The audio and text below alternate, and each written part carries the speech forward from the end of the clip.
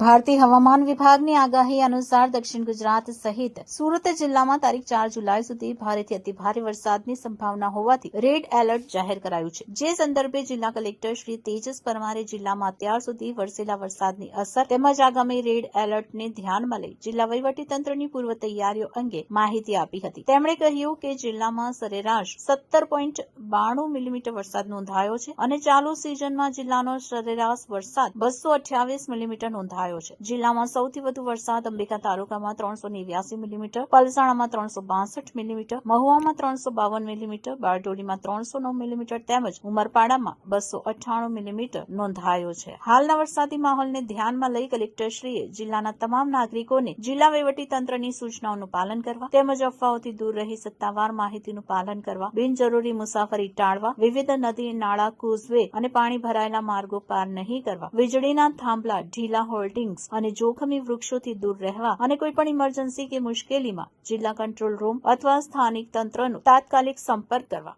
Appeal કરી હતી.